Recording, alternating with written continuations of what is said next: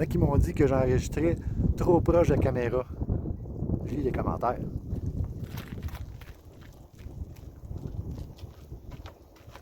As-tu plus d'allure de même?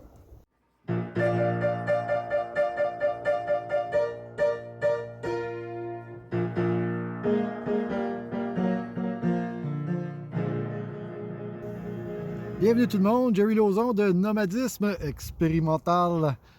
Aujourd'hui, on va répondre à la question « Pourquoi tu es devenu nomade à temps plein? » J'ai eu une demande dans les commentaires et ça me fait plaisir de répondre à la question parce que oui, la question se pose.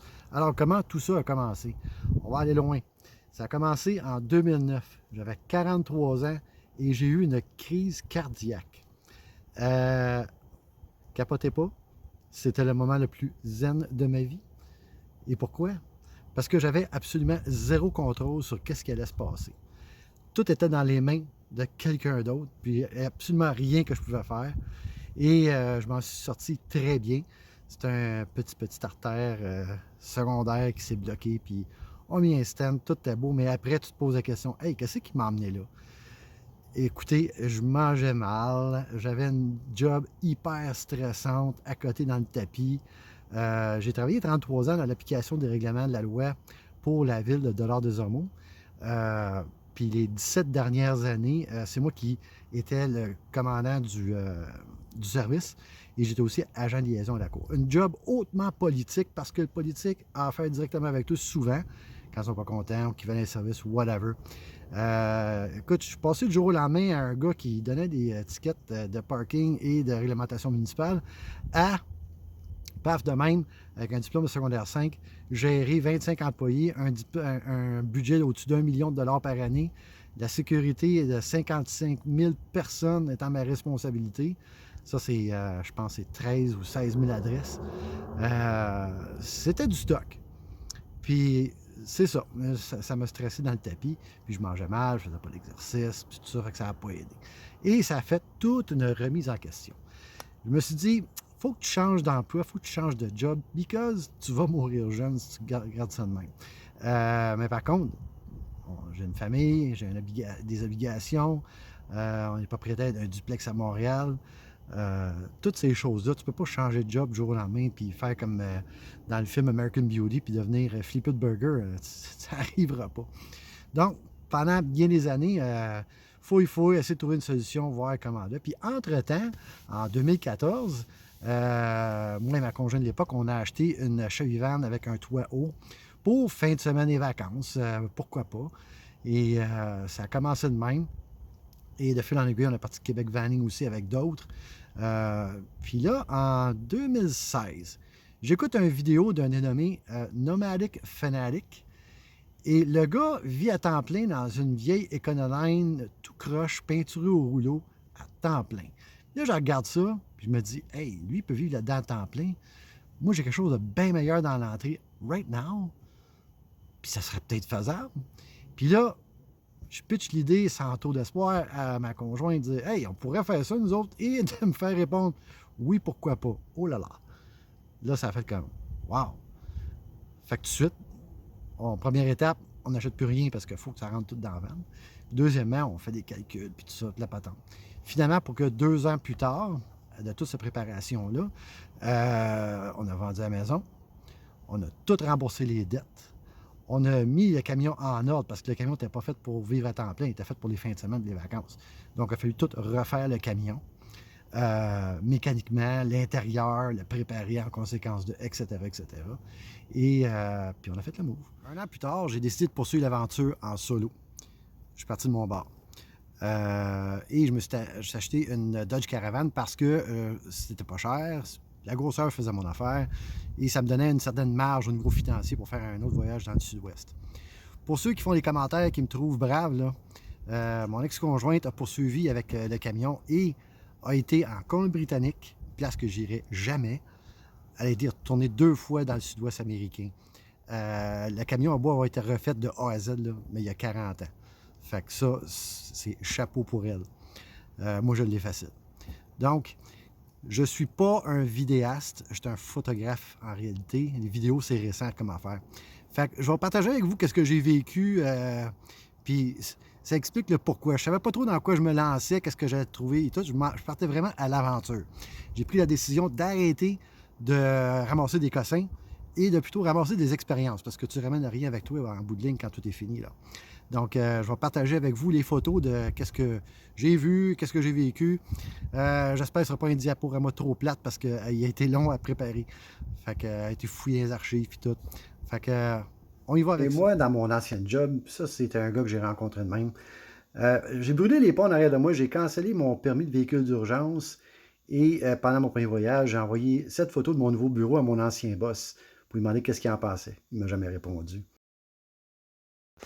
Je pars de Montréal, je fais quelques arrangements et 3-4 jours plus tard, je me retrouve à Biloxi, au Mississippi. Là où on voit nos premiers palmiers. Première fois que je voyais les palmiers de ma vie.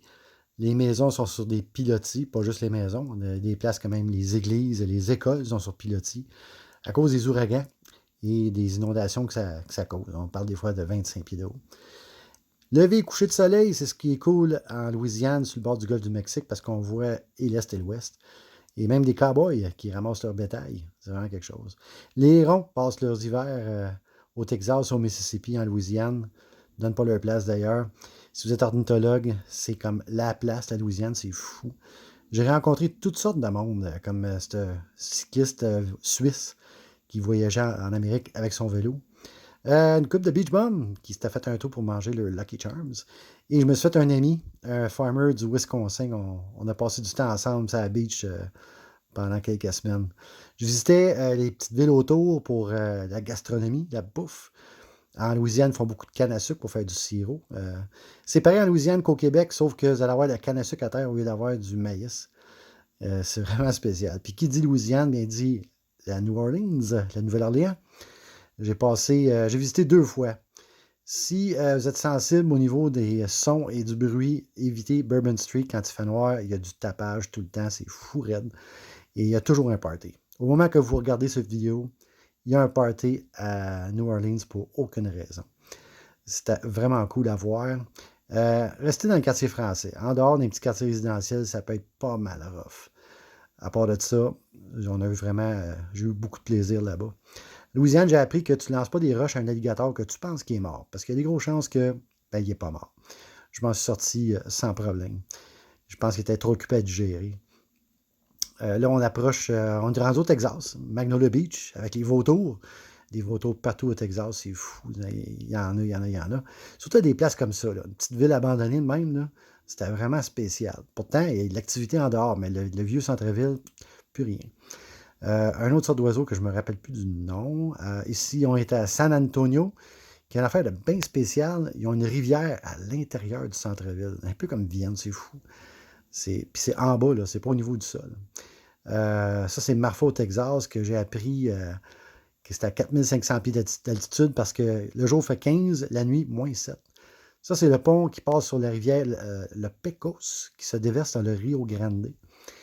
Et sur le long de la 90, pour se rendre en Arizona, au Texas, il y a toutes sortes de petits villages comme ça, abandonnés ou semi-abandonnés, parce qu'il y a des gens qui vivent dans des maisons pas abandonnées autour.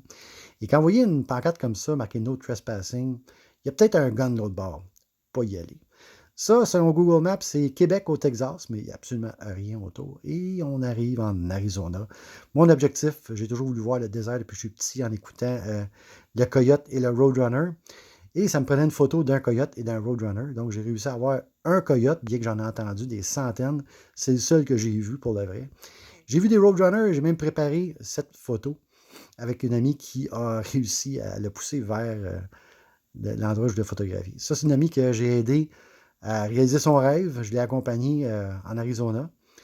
Et les cactus en Arizona, il y en a de toutes les sortes, de toutes les formes. Et on peut aussi se faire réveiller par la US Air Force le matin. Ben, j'étais déjà réveillé, ça ouvrait la porte de la vanne qu'ils ont buzzé et le devant et le derrière de ma vanne à une altitude. Écoute, ils m'ont vu, ils ont fait exprès, mais c'était cool parce que j'aime ça. Et j'ai exploré le désert de la Californie aussi.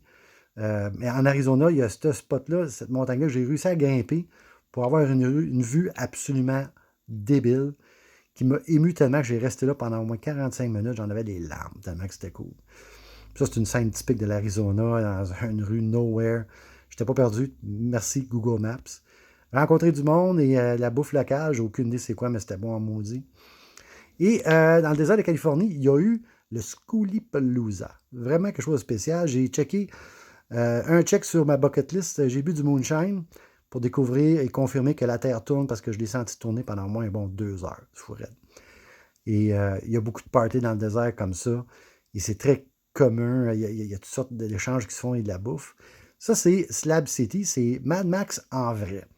J'ai resté là pendant 5 jours. Et ça, c'est un silo, puis il y a quelqu'un qui vit dedans. Je les ai rencontrés et c'était débile. C'est des gens de Boston. Pendant qu'ils me racontaient leur histoire, dans le background, il y avait cette peinture de George Morrison, Jim Morrison, excusez. Puis il y avait d'autres qui jouaient de la bass. Ils jammaient. C'était vraiment débile.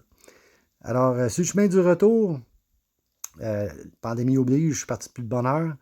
Et j'échangeais des courriels, plutôt des messengers avec une jolie dame de Québec. Et on a eu un échange de poésie improvisée qui me dit « faut que je la rencontre en personne ». Et alors que la pandémie fermait les régions derrière moi, pas de farce, 15 minutes derrière moi, ça fermait. Je me suis rendu à Québec. Je tombe en amour avec la fille et la ville. Puis, moi, vous dire, pour avoir voyagé à cette heure, on a fait là, bien des places en Amérique du Nord. On est bien au Québec et c'est beau au Québec. Prenez la peine de visiter, de découvrir chez vous, parce qu'il y a des belles choses à voir, puis il y a des belles choses à faire aussi. Puis, si vous ne me croyez pas, quand vous allez aux États-Unis à un Walmart, souvent, vous allez vous faire accueillir par une vieille personne avec une tank à oxygène. Ben, c'est parce qu'elle n'a pas le choix. Elle doit travailler pour survivre. Il n'y a pas de filet social là-bas. On est bien ici.